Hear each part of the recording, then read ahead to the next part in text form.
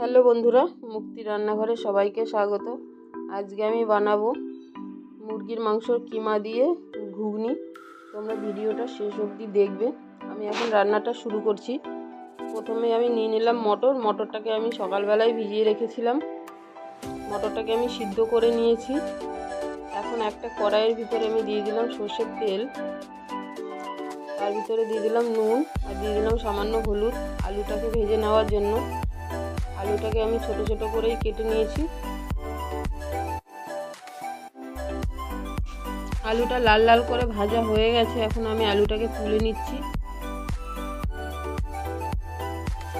এখন এই তেলের ভিতরে আমি ফোড়নে দিয়ে দিলাম শুকনো লঙ্কা আর গোটা জিরে, দিয়ে দিলাম পেঁয়াজ কুচি।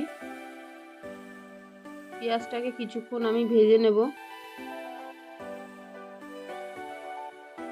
পেঁয়াজটা যখন লাল লাল হয়ে যাবে তখন তার ভিতরে আমি এক এক করে সব মশলাগুলোকে দিয়ে দেবো। প্রথমে দিয়ে দিলাম আদা রসুন বাটা, লঙ্কা বাটা, হলুদ, জিরের গুঁড়ো, ধনের গুঁড়ো, নুন আর দিয়ে দিলাম টমেটো কুচি।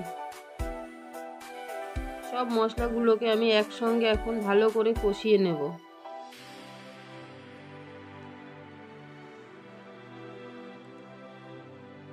মশলাটাকে ধরে কষিয়ে নিতে হবে।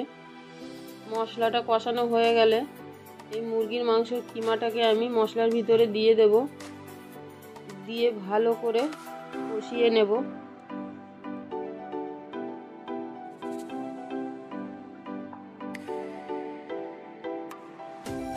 মাংসের কিমাটা বেশ কিছুক্ষণ ধরে কষিয়ে নিতে হবে।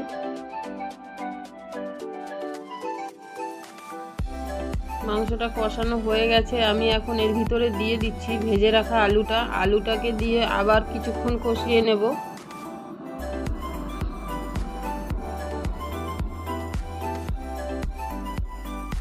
আলুটা দিয়ে কিছুক্ষণ কষানোর পরে আমি এখন সিদ্ধ করে রাখা মটরটা দিয়ে দিলাম। মটরটাকে দিয়ে আবার কিছুক্ষণ ধরে ভালো করে নাড়িয়ে নেব।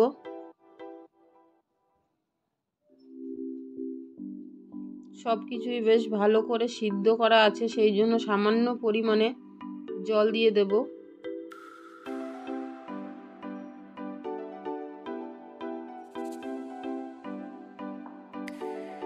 এখন ঘুগনিটা ফুটে উঠেছে, কিছুক্ষণ ফুটিয়ে নিলাম। এখন আমি উপর থেকে ছড়িয়ে দেব গরম মশলার গুঁড়ো। এই গরম মশলার গুঁড়োর মধ্যে আমি ধনে, জিরে আর গরম মশলা সব কিছুই গুঁড়ো করে নিয়েছিলাম। এখন আমি ঘুগনিটাকে নামিয়ে নেব।